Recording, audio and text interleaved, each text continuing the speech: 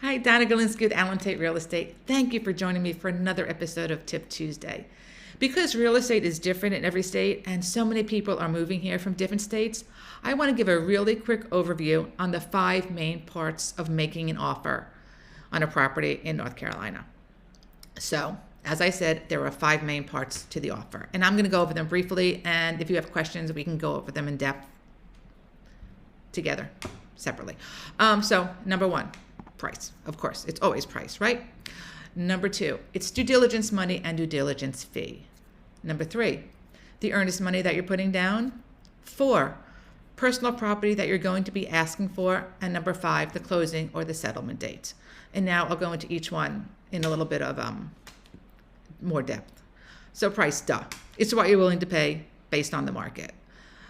Be it fair market value, be it over fair market value. It's something that I will give you comparables and we'll discuss and see what the right price might be for the house. But again, the final say is yours, of course. So due diligence money. Due diligence is the time period that you have to do your inspections, get your appraisal done, and anything else that you want to do, any inspections that are needed. And you can walk during this period. A buyer can walk during this period for any reason or no reason at all. And for the sellers to take the house off the market, the buyer is giving money called a due diligence fee. So this fee is something that's negotiable. If a buyer walks away from the house, that fee is kept by the seller. And if the house goes to closing, that fee is applied against closing costs. So due diligence fee, if 2 offers are closed, a higher due diligence fee and a shorter due diligence period can make the difference between an accepted offer and a non-accepted offer. So go see my videos. There is another one, especially on due diligence, that will explain it a little more in depth. Number 3 was earnest money. It's another deposit that's given to contract. To me, it's less important than due diligence because if you're going to walk during due diligence, you get this money back.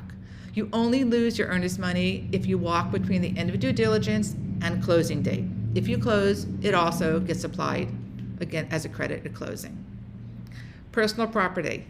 In North Carolina, the refrigerator and the washer dryer do not automatically convey. Sometimes they are included by the sellers, sometimes they're not. So if it's something that you want, we will ask for it when we write the offer. And then the closing date. That's the day that the home closes and the deed is transferred from the sellers to the buyers. So those are your 5 main points on a contract. And watch my video on due diligence. And I'm happy to explain any of these more in depth to you. Just contact me in any one of my methods you'll see on the next screen. So have a wonderful week, and I'll see you next week on Tip Tuesday.